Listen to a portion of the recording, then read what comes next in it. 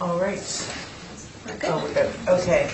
Good morning, everybody. I would like to begin by acknowledging that we are in Treaty 1 territory and the traditional homeland of the Métis Nation. My name is Marla Billinghurst. I will be chairing the panel this morning. To my left is Ms. Linda McFadden, and to my far left is Mr. Robert Buss. Our assessor this morning is Mr. Matthew Harling, and our recording secretary is Ms. Cara Belshaw. We will be hearing applications for revision of the assessment roll in accordance with the Municipal Assessment Act. The matters for which revision is requested have been described in each application, and we will limit discussion to those matters. The statements that applicants or the assessor make at this hearing are sworn testimony, and anyone speaking to the matters must be sworn in. Be advised that comparisons of assessments of properties are not considered evidence of market value by the Board of Revision. The Board of Revision is appointed annually by Council and is independent of it and the City Administration. It makes its decisions on the basis of the evidence provided at this hearing and issues a written order that will be mailed to all parties as soon as possible. Please note that the Board's decisions with respect to an application may be appealed to the Manitoba Municipal Board if the matter pertains to assessed value or classification, or to the Court of Queen's Bench if the matter pertains to the application of exemptions from taxation. Should you wish to appeal, information on how to do so will be included with the Board's order. With respect to the hearing process, I will confirm the matters to be addressed with each applicant following the swearing in. We will then have the assessor's testimony followed by questions that the applicant may have, and the applicant's testimony followed by questions. Each side will have an opportunity to summarize if they wish. Once all the evidence about an application has been brought forward, the applicant may leave. The process will repeat for each item on the docket today, and the session will close after all the applications have been heard, and the Board will deliberate in private and make its decisions. You will receive the order by registered mail as soon as possible. As information, all public hearings are live streamed, recorded, and will be part of the public record. And may I please ask that everyone turns off their cell phones. Thank you. The first matter on the docket this morning is 908 William Avenue. Please come forward.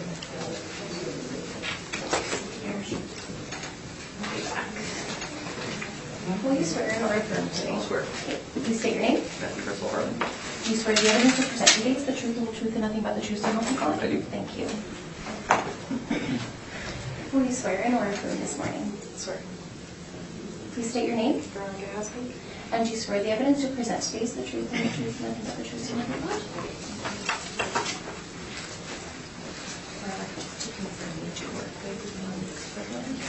Thank you.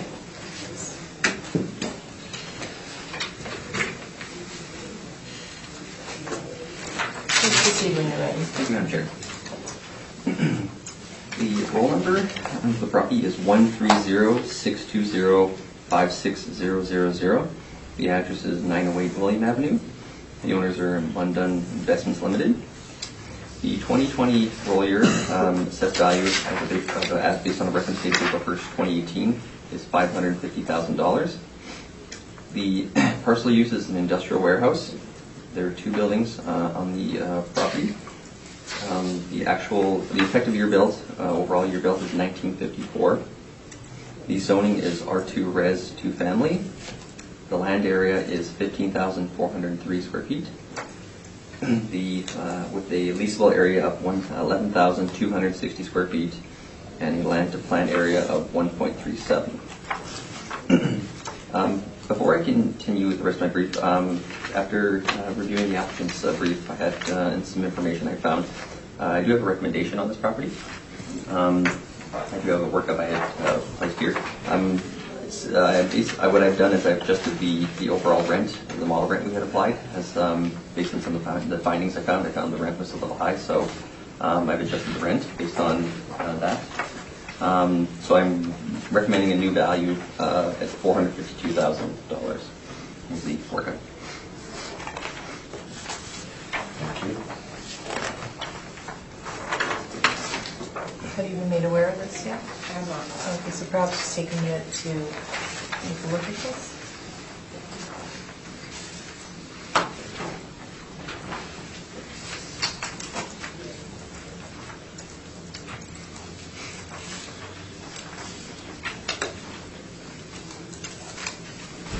you be accepting the recommendation or proceeding? I'd like to proceed. Okay, thank you very much. Okay, please proceed then with the question. Thank you. Page 2 of my brief. You'll see the requests for income information have been received. There are no recent sales on the subject property, and there are no subject property leases. Page 3 of my brief, you'll see my rent comparables. These are based off my original model, the rent I was using before, so I'm not sure if you'd like me to go through them, because they're the rent I have. I'm going with the new recommendation on the rent I have, so I'm not sure if you want me to. No, that's fine. Okay. Continue to page 4 of my brief, the income evaluation workup. Again, this is going to be based on the new recommendation I have. The leasable area is 11,260 square feet. The rent applying here is $4.25, which gives us an overall potential rent of $47,855. We are applying a 6% market vacancy, as well as 2% for non-recoverables and a shortfall of $3.75 a square foot, which gives us an overall net operating income of $41,551, and we are applying a capitalization rate of 9.2%, which gives us an overall estimated market value of $452,000. Page 5 of my brief is just another information about the income value summary of the property. Again, I'm using the recommended value here. Page 6 of my brief is just some information about our capitalization rates. Our capitalization rates are based on variables such as size, age, and location. So based on those parameters, the 9.2% cap we have applied, I believe, is fair for this property based on its condition. And if you'll see under the City of Winnipeg, April 1st, 2018, you'll see that the cap rate of 9.2% falls within it's on the higher end of properties of this condition, age, and quality, and location. Page 7 of my brief is just some information about the Municipal Assessment Act excerpts. Page 8 of my brief just shows some street view photos of the property, of the front of the building. Continue on page 9, where you'll just see kind of a side view in the back portion of the building. And at the bottom, you'll see the aerial view of where the building situates into the property. And it continues on page 10, just a different view. You can see where it's situated. And as well as on page 11, you'll see that as well, and the parcel boundary and the current assessed value of $550,000.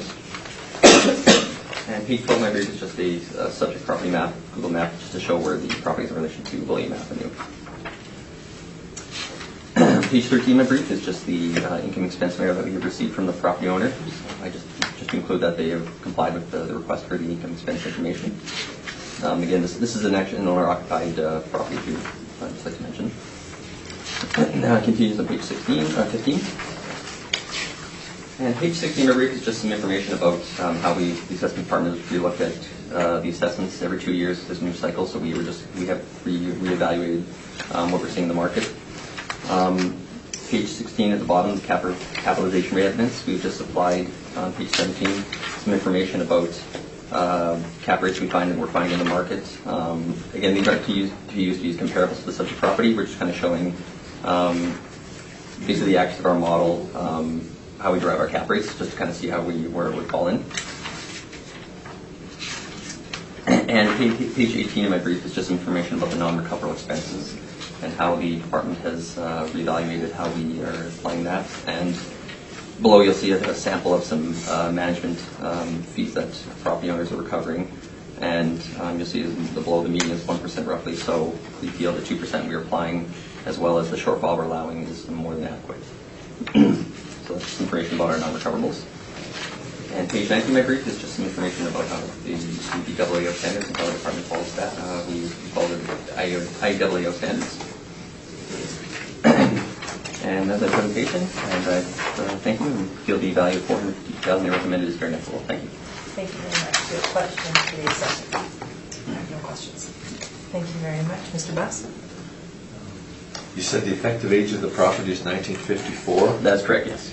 That's a blend of an older building and a newer building together? That is correct, yes. The breakdown is one building is, the front of the building is 440 square feet and the rear is 6,860 square feet. So yeah, between those two, the larger building, 6,800, was built in 1959.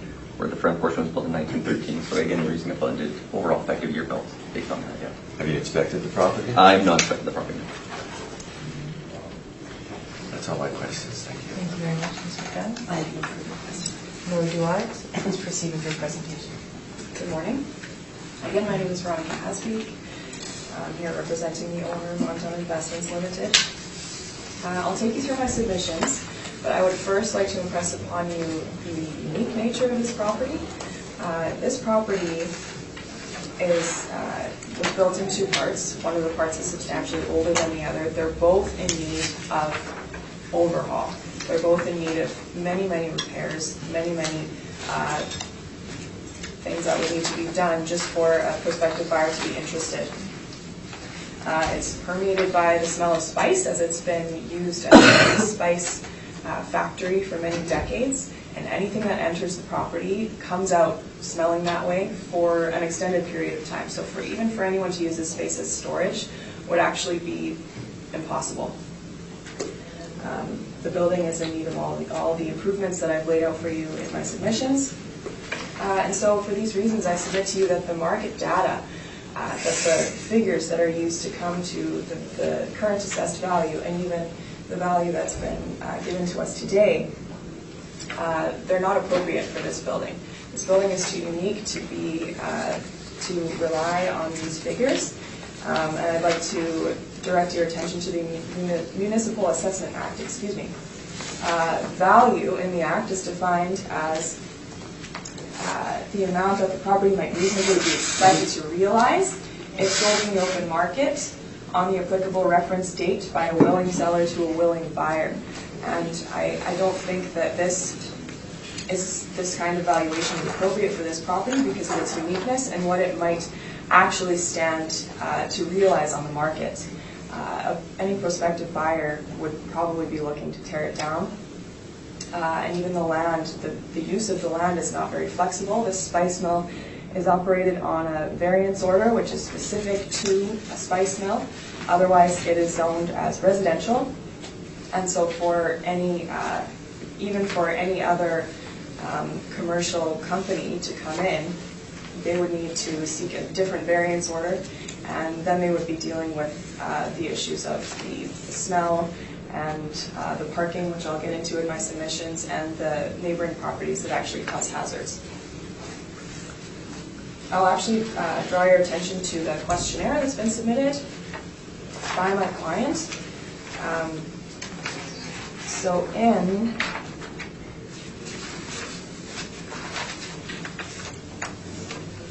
the evaluation of income producing property document for 2020, it is referenced that information gathered from the owners. What page are you referring to in your presentation? I'm sorry, if you'll direct your attention to page 13 of my friend's brief, which has the questionnaire that was submitted by the client.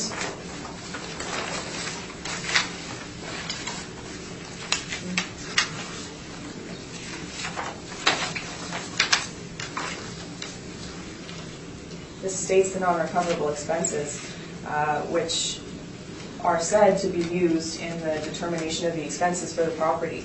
And I don't see that being used in the determination here. There is market data that's being used, but nothing specific to this property itself. We've got here, just for pest control, we've got $1,379 for maintenance and repair, and this is not including the repairs that are greatly needed. We've got $10,622. That's just an average year and not an improvement year.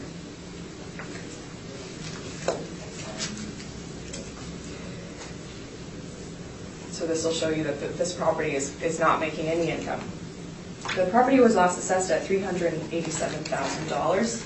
I submit that even that value was actually far too high. Furthermore, since then, the property has accumulated more repairs that are needed. If anything, the value has gone down.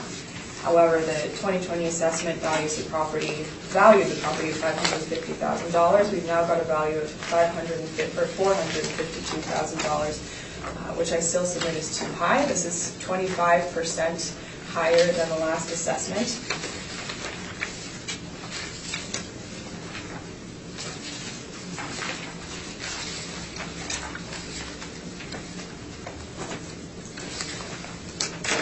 through my submissions. I'm on page 4.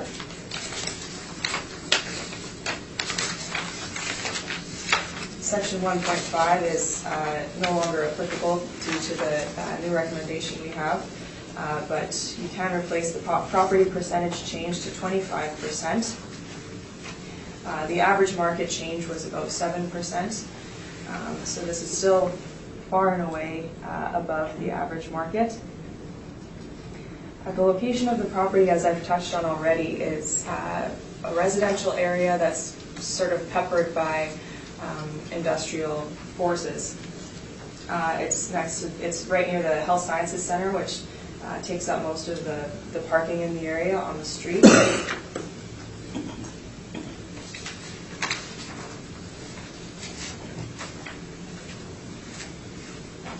So we'll get into the specifics of the inside of the property. I've heard that there hasn't been a site visit in recent years. There are quite a few features of the property, both inside and out, that tend to bring down its value and can't be appreciated until the property is visited. So there's no elevator to the basement. The basement is not counted in the square footage of the property because it's practically unusable.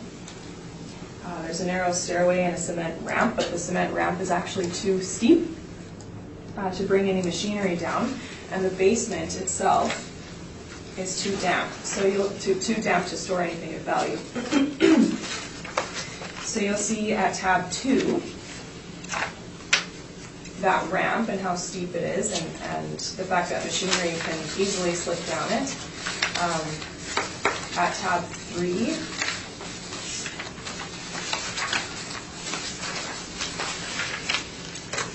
we've got a demonstration that the basement is extremely damp.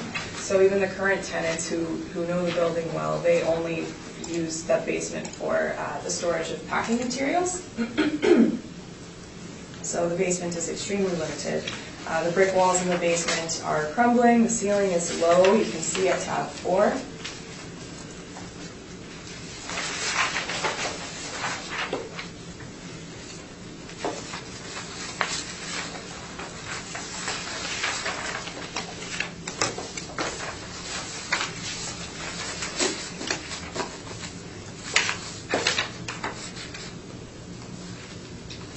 I submit that the parking situation, which I've also touched on briefly with the property, is a big problem, and would be a big problem for any prospective tenant or buyer if they were able to get past the issue of the smell and the required improvements and the undesirableness of the building itself. The parking would pose a huge problem. So the roadway parking is almost always taken up by overflow from the Health Sciences Center and the Can-Do People Center, which is next door. The parking lot itself is quite small. It's always taken up just by employees alone. It also needs improvement, as I will touch on a little bit later in my submission. Just to get to the loading door, it's often necessary just to actually move cars. And part of the variance order is such that any other access into the building is actually prohibited to be installed.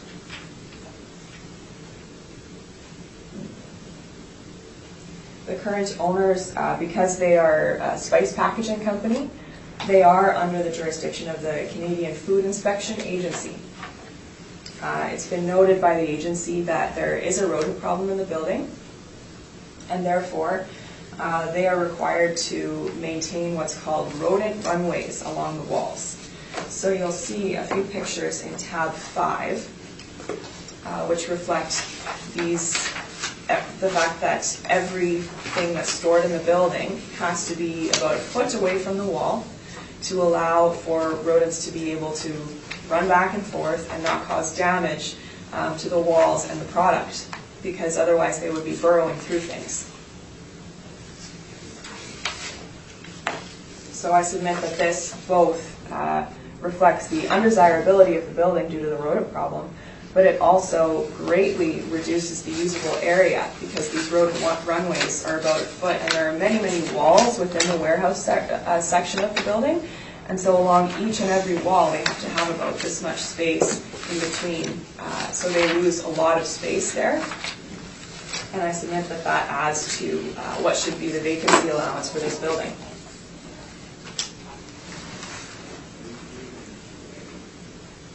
You'll also see at tab 6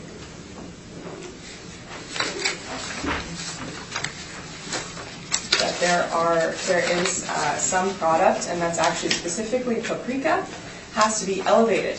Even the rodent runways don't keep the little guys away from the paprika. They seem to love it, and so they have to keep some of their product elevated, which greatly or even further reduces the flexibility of the use of their space. Another point of note is that there's no central air conditioning on the property.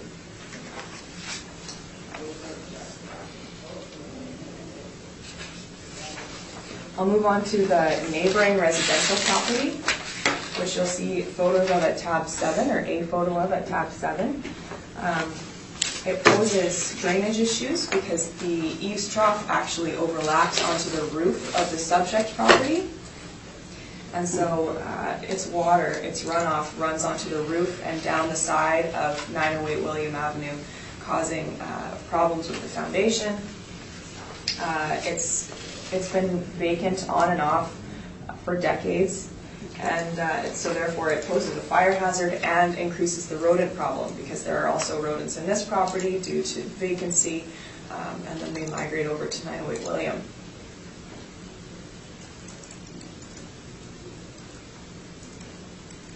The owner of 908 William actually contacted the city just through 311 and tried to determine what he might be able to do with this property. He became aware that it was for sale, and he was wondering what he could do with it if he was to buy it.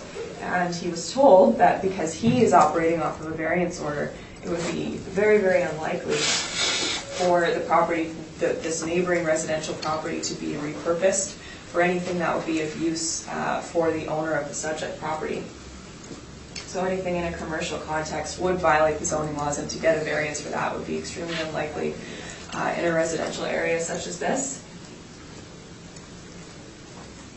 So that neighboring property really does pose a problem for any potential buyer or renter at 908 William. I'll move on to the required improvements. The warehouse roof has been leaking. I have 2 quotes for you at tabs 8 and 9 that show that the cost to replace this roof is indeed substantial. To replace the roof would be about $99,000. There's another process that they've looked into for new insulation and coating that wouldn't fully address the problem, but even that would be $60,000. This business is not in a position to be making these investments into their building, and therefore these unfortunate features of the property are likely to stay that way for the foreseeable future. The siding is bowed, which you can actually even see in the submissions of my friend in the photographs. Photograph at page 8 of my friend's submission. And I've also got photographs at tab 10 of my own submission of this bowing siding. There is a quote to replace the siding at tab 2A.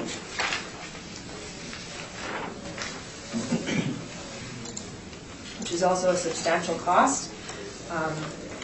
The asphalt needs replacement as well. The loading door seal, which you can see at tab 11, is actually, it's not a seal anymore due to the deterioration of the asphalt underneath, which again increases the rodent issue because the rodents can come under the door due to the lack of seal. It also causes weather issues in the warehouse when we get to our very, very cold temperatures, and moisture issues when there is rain or runoff from melt.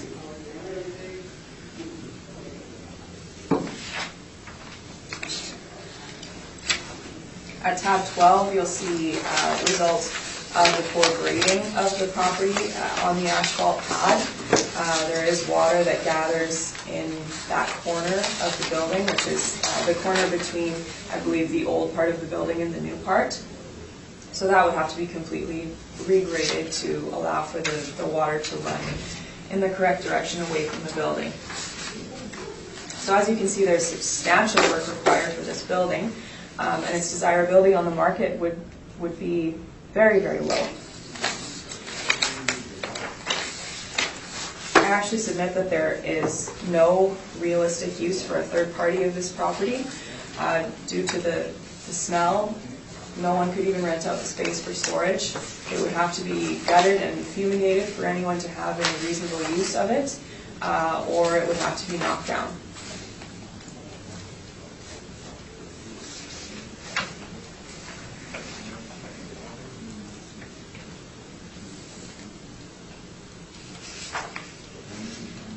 Moving on to the actual evaluation of the property, on page 7 of my submission it begins.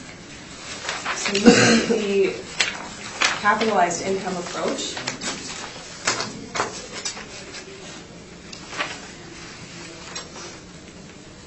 the assessment at $550,000 used an annual rental value of $5.12. In our recommendation today, we've got a value of $4.25 annual rental value.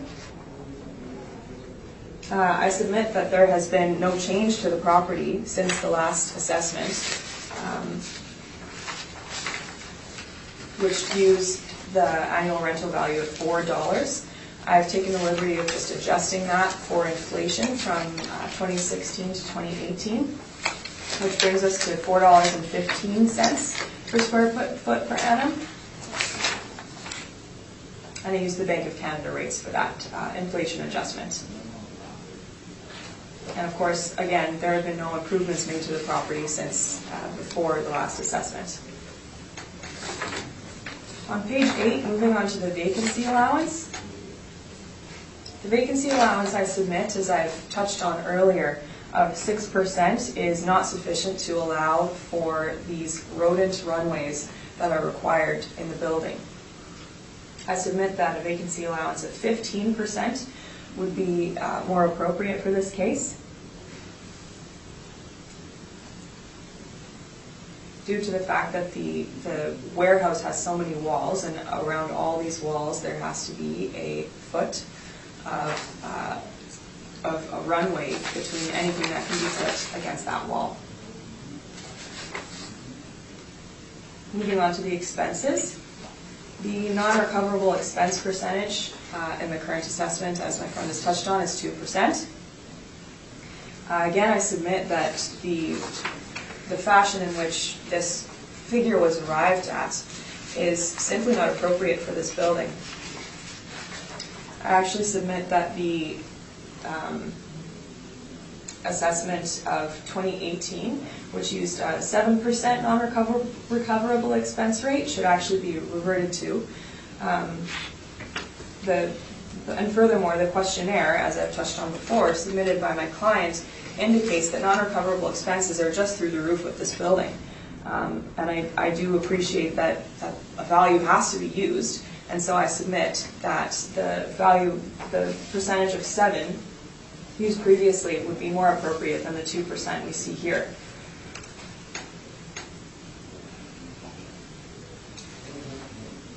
I'll move on to capitalization.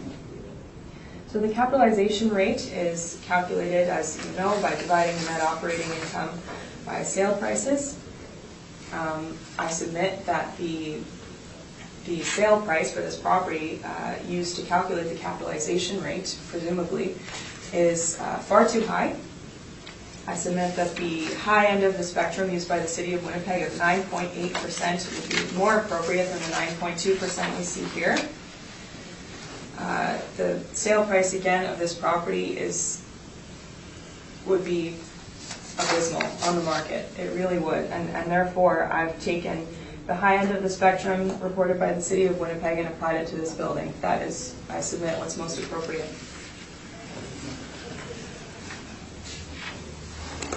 So coming to the calculation, the value of $312,300 is appropriate, and that's using the $4.15 rental per square foot per annum. Of course, 11,260 square foot is the building area. A vacancy allowance of 15%, which works out to 689 square feet. The $3.75 per square foot shortfall, as used in the assessment, is, I think, appropriate. And those non-recoverable expenses at 7%, I believe, are more appropriate, which work out to $2,780 approximately. That means the net income would be $30,605.51, and with my suggested capitalized cap rate of 9.8%, we come to this value of $312,301 or $300, which works out to $27.73 per square foot. Thank you very much. Do you have questions? I just have one quick question. Yes. Just a question about for the vacancy. I know you're using 15% for vacancy, and that's based on the road runaways and the issues and like you were saying. So, but this is an owner occupied property, correct? So, Yes. So there actually, I guess there's no vacancy. Like the space is being used by them, so there's no actual vacancy technically. Then, so it's just based on. You're basing on like the issues they're having, I guess, then, or Well, yeah. So these are shortfalls, right? They're a value of the property that can't be used. So this is space in the property that they could be using, and I submit that should be allowed for in the calculation. okay. That's all my questions. Thank you. Thank you very much, Mr. Buff. Do you have any questions? Did you take these pictures that are in your brief? I did, yes. So you inspected the property? I did inspect it, and I came out smelling like spice for days. It could be worse things than smelling like spice. Just recently? That was in October. Okay. You were showing us the basement, but I believe there's no value added from the assessment department for the basement. No, we're not using that in the lease area. No. Yeah, I apologize. This was just going to the desirability for any potential buyer or renter. That's all my questions, thanks. Thank you, Ms. McFadden. Could I direct a couple of questions to the assessor? Of course. Chair. I'm assuming that the 2016 model value was generated by the model, was it? That is correct. Yes. Yes. So what would account for that kind of an increase over that? Again, like every year assessment, every 2-year cycle, we look at the market. Again, we're not looking. We're looking at the whole picture, so we're not looking at site specific. I guess, yeah. So we're seeing what's happening in the market, so that's what we're applying for. So that's probably warehouses in general across the board. Well, it depends on by that much. Well, it depends on the region, though. Like certain areas will go up more than others. Yes, it depends on the region. So. Okay. And another question: what would actually your range of capitalization rates in your table go up to 9.8? What would actually garner a 9.8? Again, if this kind of building does not. Or again, like I said before, we base our cap rates on size, age, and location. So, again, based on this property, based on its size, I can't think of a specific property. I don't have a specific property in mind that would have this 9.8 cap. But again, yeah, a property again that was in again similar condition, quality. Like it was like a larger, like a property that would, for example, if it was a property that was larger. It would have a higher risk, so we would apply a higher cap in that case. Since it is not as such as a large property, the risk we feel is not as higher. Henceforth, why we use the 9.2% cap. So. Okay, thank you. Those are all my questions. Thank you. My questions have been dealt with already. Thank you very much. Anything else? We can receive our decision now. Bless you.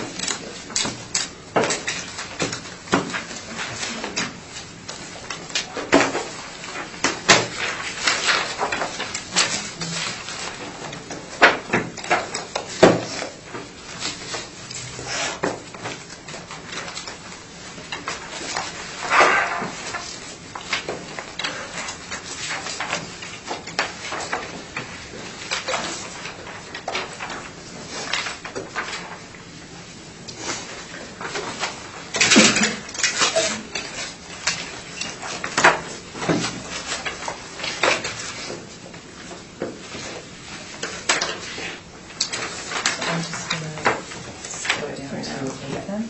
Okay. The next matter we'll deal with is 1655 Inkster Boulevard.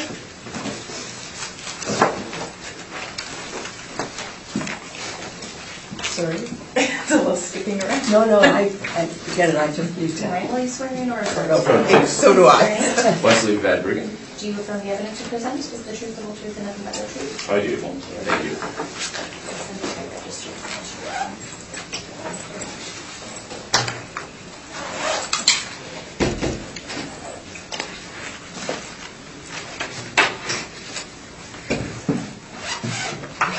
Before we start, do you need a drink?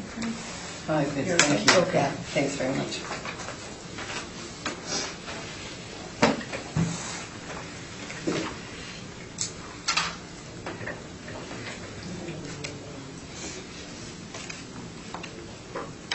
Please proceed when you're ready. Thank you, Madam Chair. The roll number is 14064115000. The address is 1655 Inkster Boulevard. The owner is 4432312 Manitoba Limited. The 2020 assessed value based on a reference date of April 1st, 2018 is $1,838,000. The parcel use is an industrial warehouse. There's one building on the property. It is a one-story building.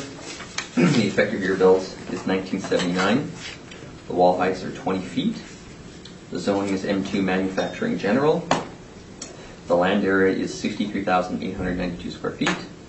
And the leasable area is 22,562 square feet with a land to plan area of 2.83. So continue to page 2 of my brief. So to see the requests for income information have been complied with. There are no recent sales on this particular property, and there are no current subject property leases in place. Page 3 of my brief, you'll just see some of my rent comparables. They range from ages of 1965 to 1979. The areas range from 14,997 square feet to 21,854 square feet. The rents range from $6 to $6.50 a square foot. And the wall heights range from 19 feet to 26 feet. Page 4 of my brief is just the information about the income evaluation and how we came up with the assessment. The overall rent per square foot we're using is $6.16 a square foot within this model rent, which gives us a potential rent of $139,181. We are applying a 3.5% for vacancy. We are applying 2% for non-recoverables and $3.75 per square foot for shortfall, which gives us an overall net operating income of $128,663. Again, and in this case, we are applying a 7% capitalization rate for this property, which gives us an estimated market value of $1,838,000. Page 5 of my brief is just another look at the actual income value summary. Page 6 of my brief is just the information about the cap rates, which I mentioned in my previous brief. Again, our cap rates are based on size, age, location. These are what we influence our capitalization rates. And if you'll see, the 7% cap rate we applied here falls within the city's 20th to 80th percentile, as well as if you look at Colliers, CRBE, and Cushman & Wakefield, you'll see the 7% cap rate we applied falls within the range we have shown in there as well. So we feel the 7% cap is fair. Page 7 of my brief is just some information about our municipal assessment act reserves. Page 8 of my brief just shows some street view photos of the property. Shows the frontal view. Below it shows just an angled view of the property. Page 9 again shows another view at the end of the property, and below is just an aerial view to show the property in relation to the building when it's in relation to the property. This also continues on page 10, as you'll see, where the different angles of the property and how it's shaped. Page 11 of my brief is just the parcel boundaries, shows the current assessed value. Page 12 of my brief is just a subject property map and where it's relation to on Inkster Boulevard. Page 13 and 14 and 15 of my brief are just the income expense mailer that the property owner has provided us, just to show that they are complying with the request for the income expense mailer information. And page 17, again, is just information about our capitalization rate evidence that I had mentioned before in the previous brief, as well as some information about our new look at the non-recoverables and the sampling of non-recoverables we're seeing in the market. And page 20, again, is just some information about the IOE double standards that the department follows. And with that, that is my presentation, and I feel the value of $1.830,000 is very equitable and should be confirmed. Thank you. Thank you very much. Good questions for the assessor. Thank you very much, Madam Chair. The board will just turn with me to page 6.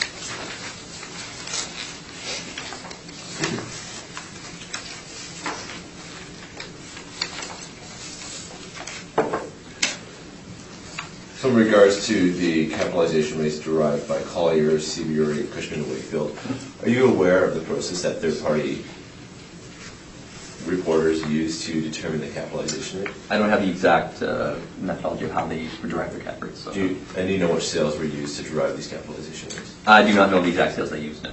Do you know what NOI was used to derive the capitalization rates? I do not know. Okay, excellent. Thank you very much. That concludes my questions. Thank you very much. Mr. Buss? Did you inspect the property? I did an exterior inspection. I had not conducted an actual interior inspection, no.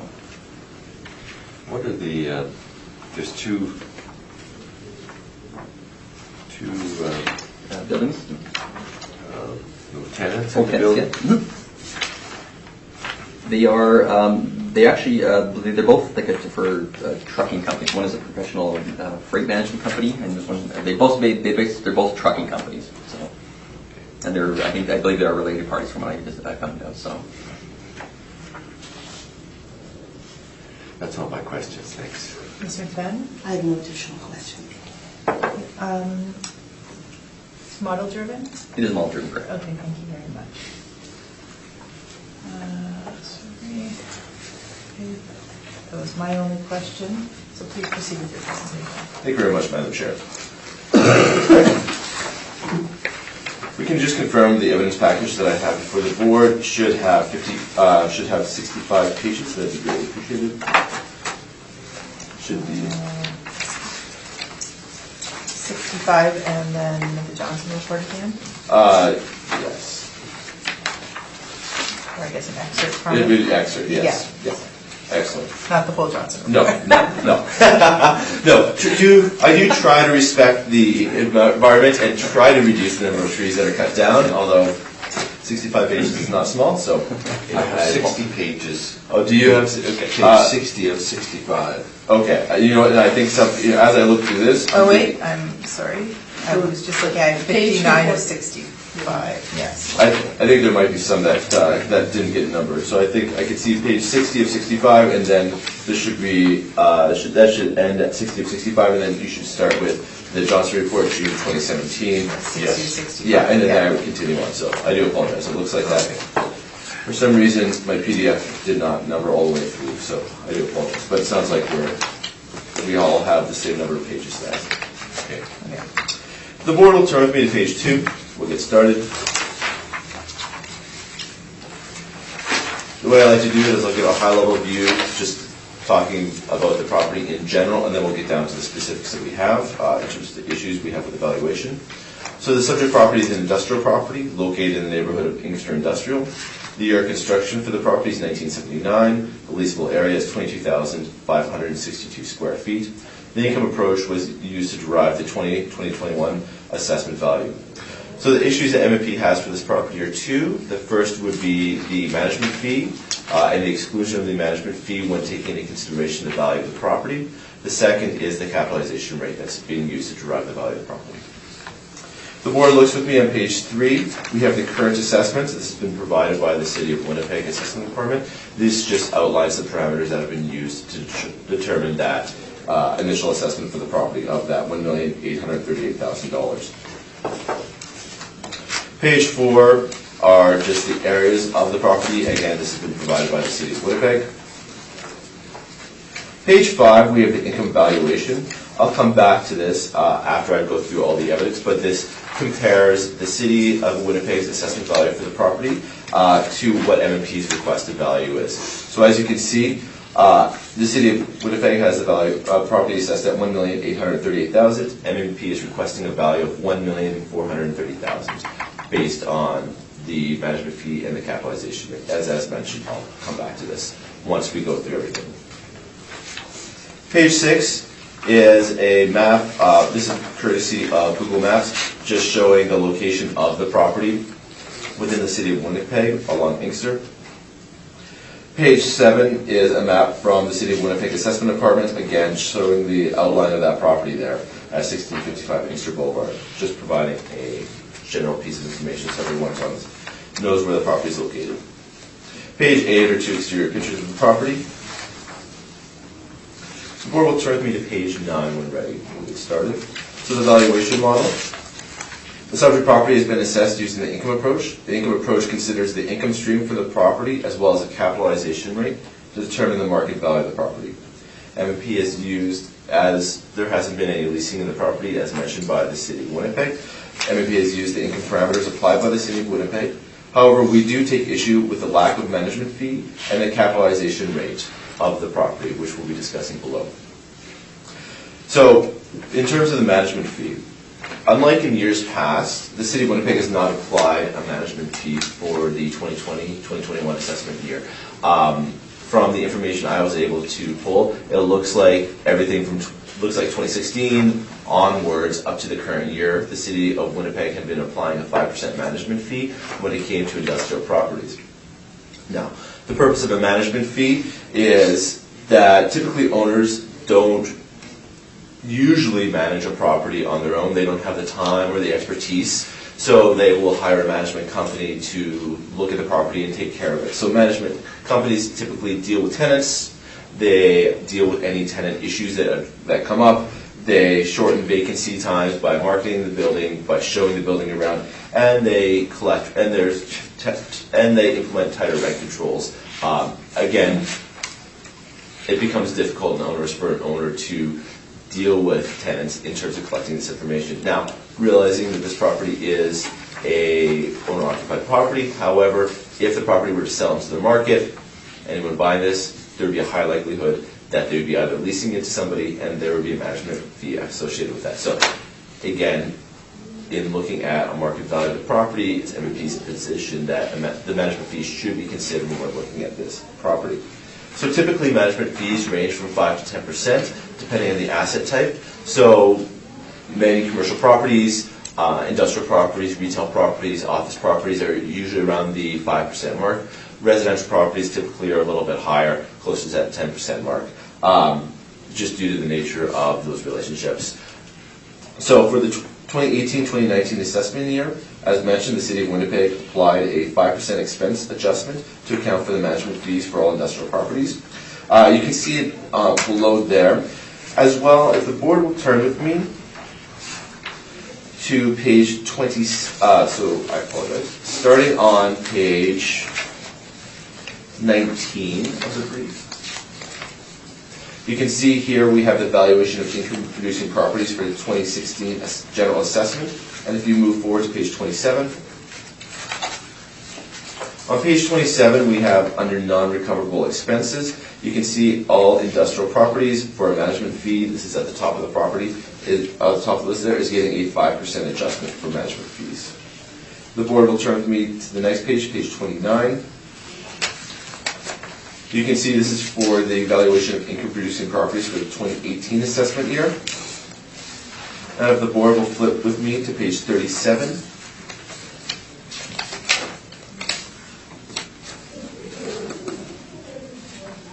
So on page 37, under non-recoverable operating expenses, you can see that a management fee of 5% has been applied to all industrial properties for that time frame.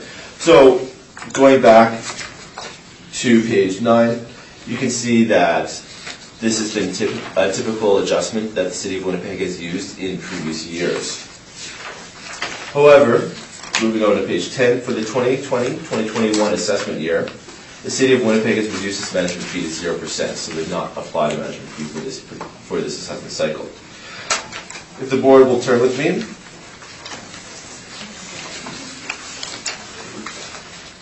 starting on page 39 of the brief, you can find the valuation of income-producing properties for the 2020 general assessment. And flipping forward to page 21, or sorry, page 47, I apologize. You can see under non-recoverable operating expenses that a 0% management fee has been applied. So it's MMP's contention that it's very typical within the market that a management fee is applied, and we've seen the City of Winnipeg has applied it. We do realize that they do vary, but we do feel that a 5% management fee would be appropriate to apply for this property. So that is the management fee component and our issue that we have with that. The board will turn with me to page 11. We'll get started on the second issue. So the second issue that we have for this property is the one of capitalization rate. So the City of Winnipeg has assessed the subject property with a capitalization rate of 7%. And according to the information provided from the City of Winnipeg, capitalization rates for office and retail properties, actually, I apologize, it should be industrial properties, ranges from 5.5 to 9.8%, with most properties between 6.34% and 7.8%. Now, MMP has identified 4 similar properties which have sold recently. MMP does not have the actual leasing activities of these properties. However, we've used the business assessments to determine what the net operating income of these properties should be. So the way the capitalization rate is derived, for the boards, I'm sure you know, but I'll just say it anyway, is a net operating income is calculated for a property. That net operating income is divided by the capitalization rate, or the sale price, and that gives us our capitalization rate for the property. So as you can see, we have the 4 properties here: 1482 Church, 78 Hutchings, 486 Shepherd, and 43 Banning. You can see that each one of these properties are located within the Inkster area, so within the area of the subject property. The year of construction of these properties ranges from 1975 to 1989. Sale dates from 2016 to 2018.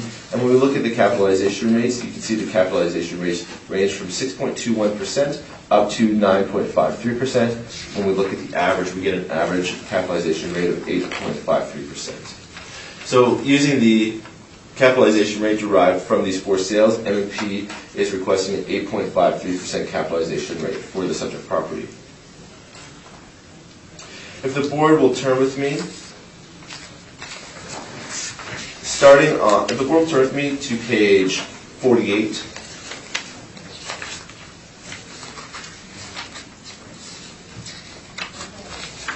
So on page 48, these are the net operating income calculations that we've used for the particular properties.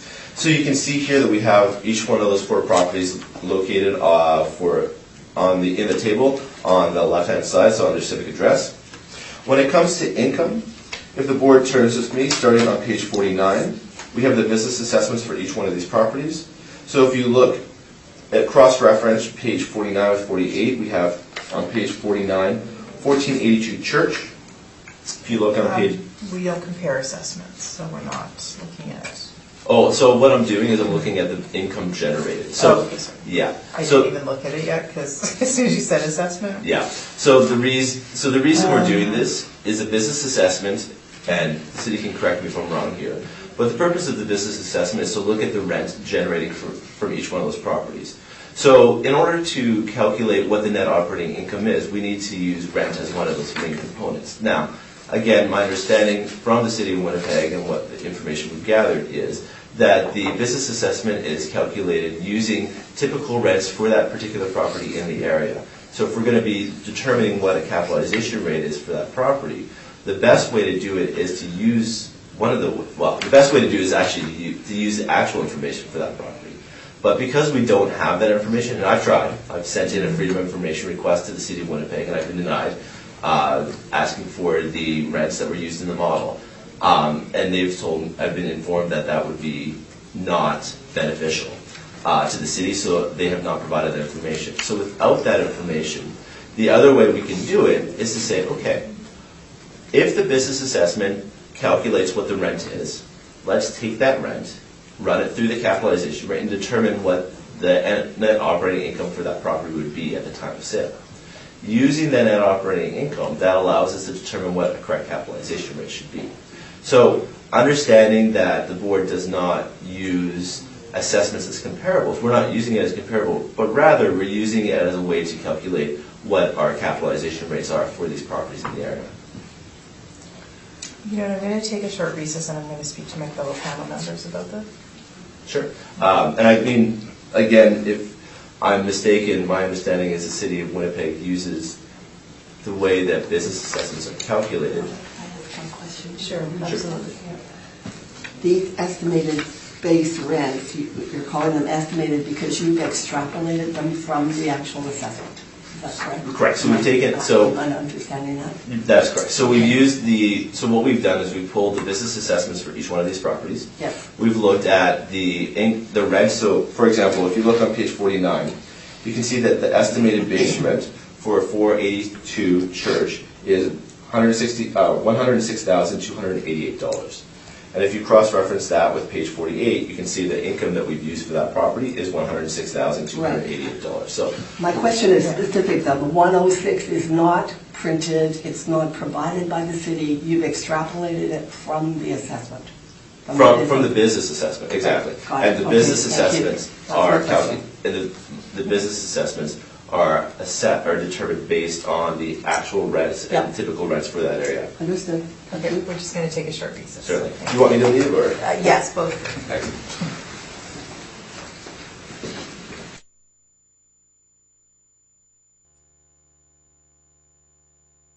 Okay, I will call this meeting back to order. We've discussed the issue, and the Board of Revision does not consider information derived from other assessments, so we will not be putting weight on this evidence. So, So if you don't mind me asking, because this is, so again, I understand not comparing on assessment by assessment basis, because when you look at assessment by assessment basis, there are a variety of other factors that come into play, such as the capitalization rate, the vacancy rate, which vary per area, a variety of those other things. But in this case, wouldn't the rent simply be model driven? So wouldn't that be if the rent is looking at properties looking at the property itself in typical properties, wouldn't that then equate to a typical rent, and as such be able to be pulled into a capitalization rate study to determine the capitalization rate? well, the rent is sometimes an issue in contention also. It's appealed on a lot of matters, so But we in- can always say, and that's our decision. So, sorry, the reason I ask, and this is why I'm trying to determine this, is because I have another 4 files before the board in January, which I've used the same approach on. Because again, our challenge that we face is we don't have access to the rental information on these properties, nor do we have the ability to request the rent that's being used by the city of Winnipeg. So the best way we can do it is to come up with, particularly for different properties, a variety of properties, is to use a model rent that has been derived to determine that capitalization rate, determine if that's reasonable. So again, if this is an issue, then I need to know, because I need to resubmit that for evidence packages that I have coming up. And again, it's comparable sales would be the, yes, and if you can get information derived from that. But we cannot look at assessments because we do not know if the information contained in other assessments is correct. So you can't look at the assessments to determine to determine if it's correct. We don't know if other assessments are correct. But isn't the presumption that the assessment's correct? No, we don't look at other assessments for that reason, because we don't know if other assessments are correct. We don't know if they're being appealed. We don't know if they're correct. Okay. All right. So we don't. So again, I apologize. I don't mean to belabor the point. So I do. I'm just trying to understand. So the assumption is not given that the assessment is correct when it's appealed. The assumption is that the assessment is incorrect. No, we don't know if other assessments are under appealing. We don't look at evidence from other assessments. Right. Okay. All right. That's fair. Okay. Well, now I know. All right. Excellent. Well, for the board's information, the information that on page 48 has been derived from the business assessments, as I stated, to determine what the capitalization rate is.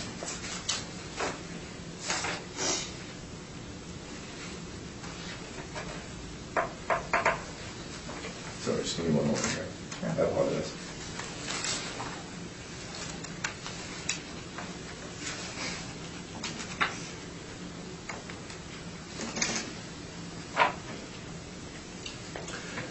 Would it be okay to take a brief recess? I just have to run some numbers really quickly, just because this does change things slightly for me.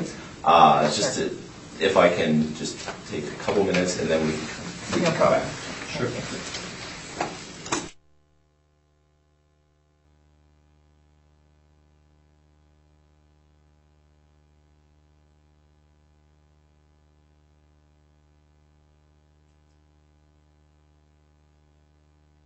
Yeah, sorry. It's not that formal. Yeah, I'll call this meeting back to order. Please proceed. Excellent. Thank you very much, Madam Chair. All right. So, given the ruling, there's going to be a slight. I apologize. There's going to be a little bit of math involved. So if the board will indulge me, we will get started on this journey. So, if the board will cross-reference page 11, and we'll get started here. So starting on page 11, the first sale for 1482 Church. This is in Inkster. If we look on page 49,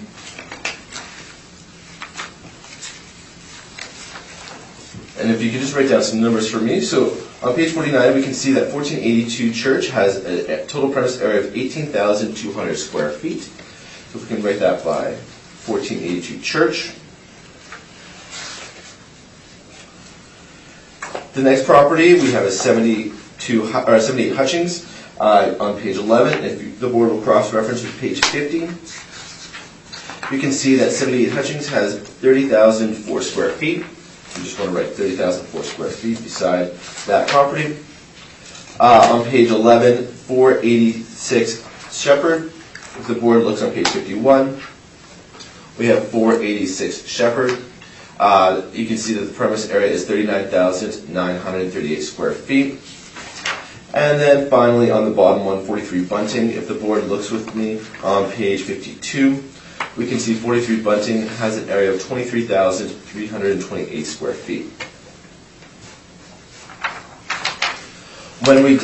So if we take the sale price of 1482 Church of $1,050,000, we divide by the 18,200 square feet, we end up with a value of $57.69 per square foot. Likewise, if we take the value for 78 Hutchings, the $3,515,000, divided by the 30,004 square feet, we end up with a value of $117 per square foot. For 486 Shepherd, if we take the sale price of $22,150,000, divided by the 39,938 square feet, we end up with a value of $53 per square foot. And then for 43 Bunting, if we take the sale price of $1,275,000, divide that by the 23,328 square feet, we get a value of $54 per square foot. If we look at those, we should have four values. 57. What was the first one on Church, please? $57.69, or $57. Sorry, go ahead. If we take those four values, we add them up and we divide it by 4 to get an average. We get an average sale price of $70.25 per square foot. Taking that $70.25, multiplying it by the area of the building of 22,562 square feet. We get the subject, sorry. The subject, yes. Yeah, the subject part, building. We get a value of $1,584,980. So can you repeat that? You bet. $1,584,980. Thank you. Additionally, another piece of math, and I do apologize. If we look on page, board cross-references with me to page 5.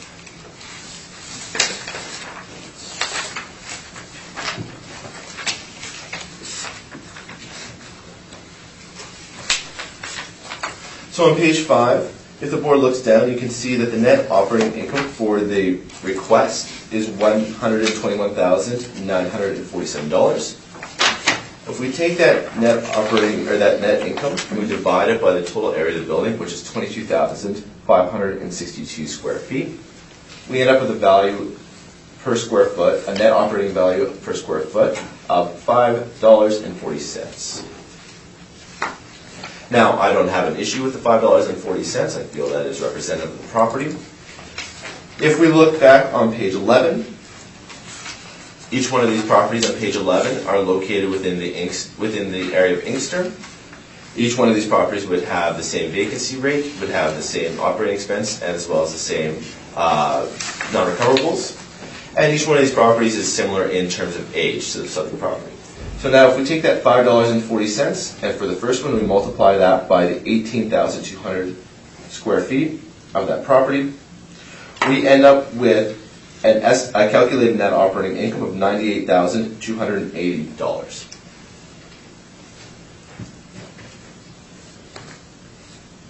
So we're just applying the typical parameters for the property to each one of the subjects, or each one of the sales.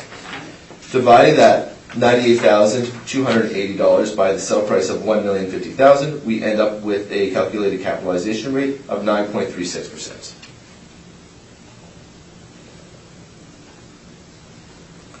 For the next property, 78 Hutchings, again, this property is 30,004 square feet. If we take the $5.40, multiply it by the 30,004 square feet, we end up with a net operating income, calculated net operating income of $162,021. If we divide that $162,021 by the sale price of $3.515, $3,515,000, we end up with a capitalization rate of 4.61%. Probably not the best representation, but that's what we got. The next sale we have, 486 Shepherd.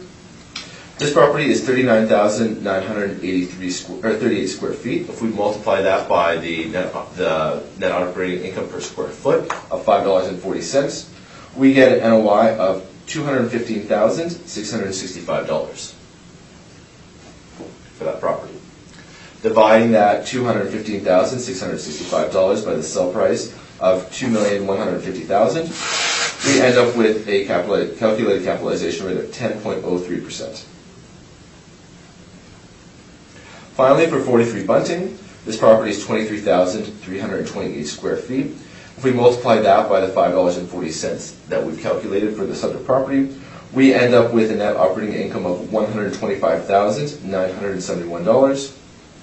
Dividing that by the sale price of $1,275,000, we end up with a capitalization rate of 9.88%.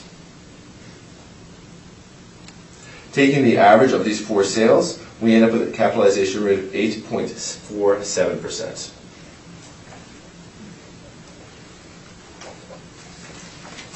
Now, if we use, back on page 5, if we use that 8.47% capitalization rate and apply that to the net operating income that we've calculated of $121,947, we end up with a value of $1,439,752, which truncates to $1,440,000. I promise that's the end of the No math? The math lesson. Sorry, I do apologize. Just in terms of the new information changes the approach, and I appreciate your indulging me along those lines. Sorry, could you tell me the cap rate for 43 Bunting? 43 I know how you got it, I just for sure. The final number. So for 43 Bunting, the capitalization rate was 9.88. 9.88, correct. Thank you. No, I won. Look at that. Woo! I apologize, my brain is not It's alive and on every... It's hard when I've got them calculated out. I've got an approach in my mind that, so it's hard when I'm trying to bring you along in here. Yeah, no, good. I apologize. Thank you. All right. So back to the regular scheduled program. If we continue on, in the evidence package, so starting on page 12, go back to page 12. So starting at page 12, what we have are some external photos of these particular properties that we've included in our capitalization/sales study. So on page 12, you can see 1482 Church. Sorry, page 13, you can see 78 Hutchings. Page 14, you can see 4086 Shepherd. And then 15, you can see 43 Bunting. Finally, if the board will turn with me to page 16. So M&P has used the income approach to determine the value of the property by applying a 5% management fee and using the revised capitalization rate of 8.43%. Oh, sorry, 8.47%. The value of this property has been calculated at $1,439,752, being truncated to $1,440,000. Additionally, if we use the sales approach, we look at the value of each one of those 4 properties, we get a value of $1,584,980, truncated to $1,585,000. As a result, M&P is requesting the board to adjust the value of this property to that $1,440,000 using the income approach, as that's what's being used by the city of Winnipeg.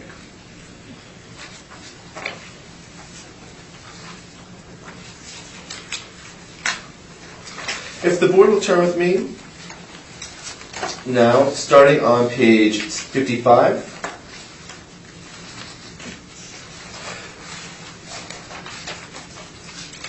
So starting at page 55, we just have the assessment documents provided by the city of Winnipeg for each one of the properties. So the first one is the sale property, the subject property at 1655 Inkster.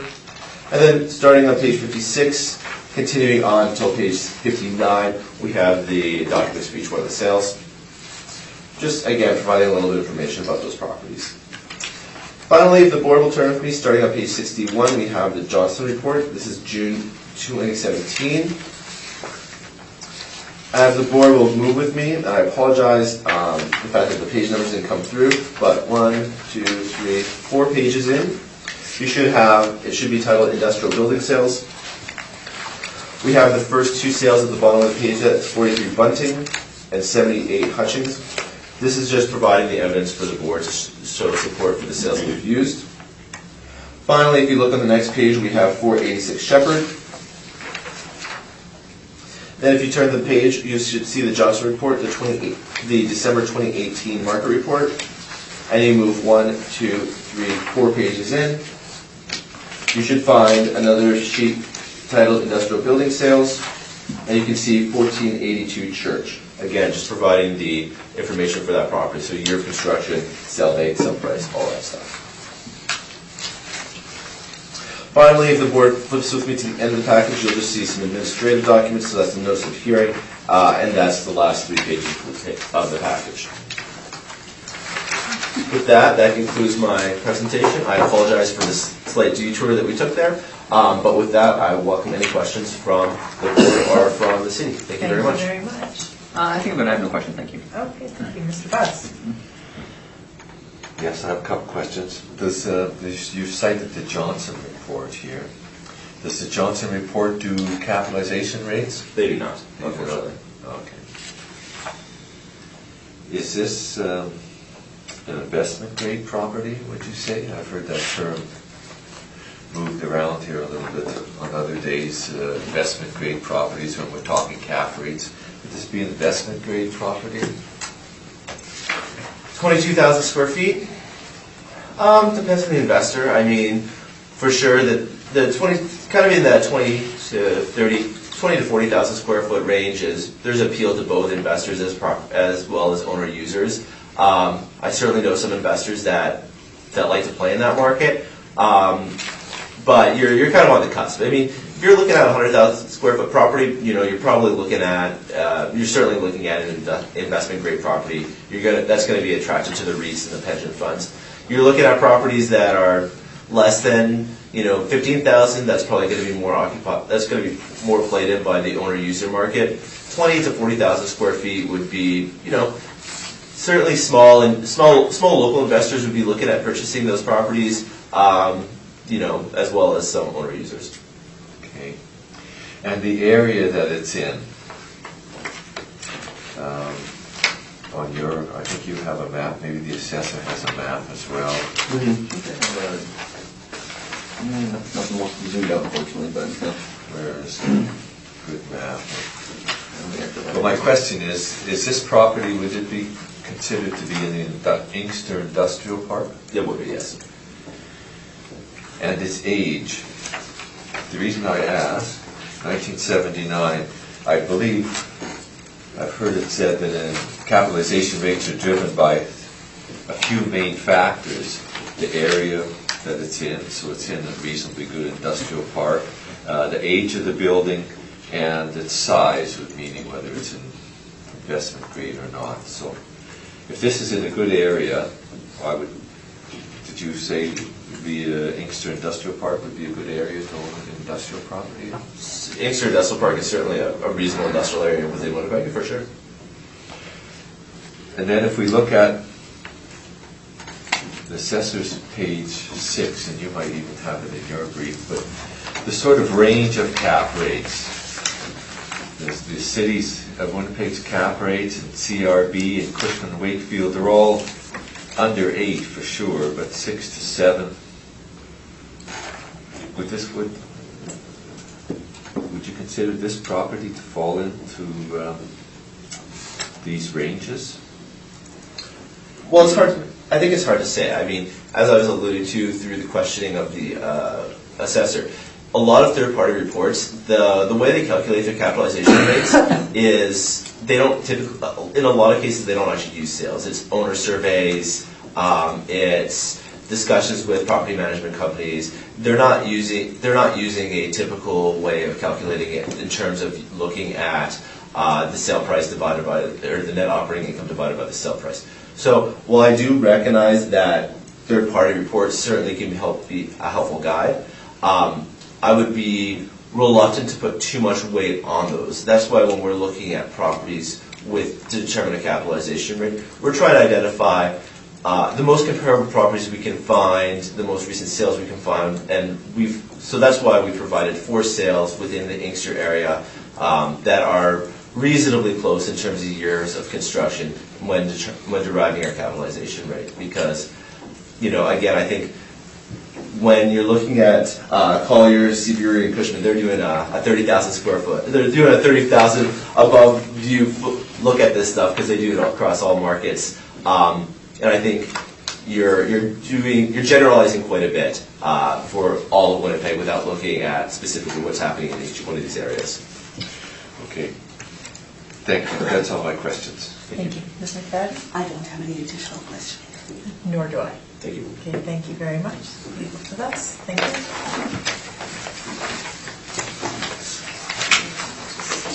Go back to the roll. Yeah. All right. Yeah, you're done. I wasn't sure. We still have other one. You're done. I wasn't sure if you wanted to do last word or anything like that, so that's fine. Is there a need for, if there's a need for summary, then go ahead. Again, I think when we look at this particular property, actually, does it sit? Do you want to go Need for first? summary? I'm okay. I think I'm good. Okay. Yeah. I think when you look at the property, you look at the sales within the area, you look at the treatment of the properties in previous years, as well as you look at the sales. So I think that's an important consideration, that we have provided sales within the area with a similar year of construction that do support an increase to the capitalization rate, or at the very minimum show that the sale price per square foot, if we're going to use a sales comparison approach, does still show that the property has been overassessed. As such, it's MP's respectfully requesting the board to reduce that assessment to that $1,440,000 to bring it more in line with what the market is supporting as market value to meet that market value standard. Thank you very much. Thank you. Thank you.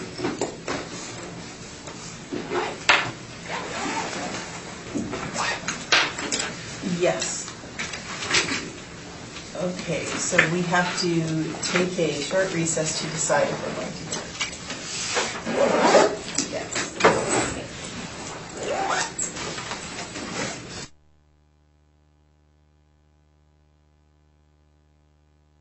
Sorry.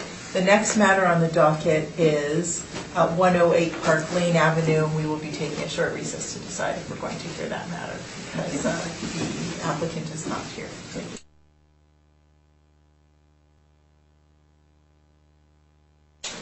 All right, so the next matter is 108 Park Lane Avenue, so please proceed. Thank you, Madam Chair.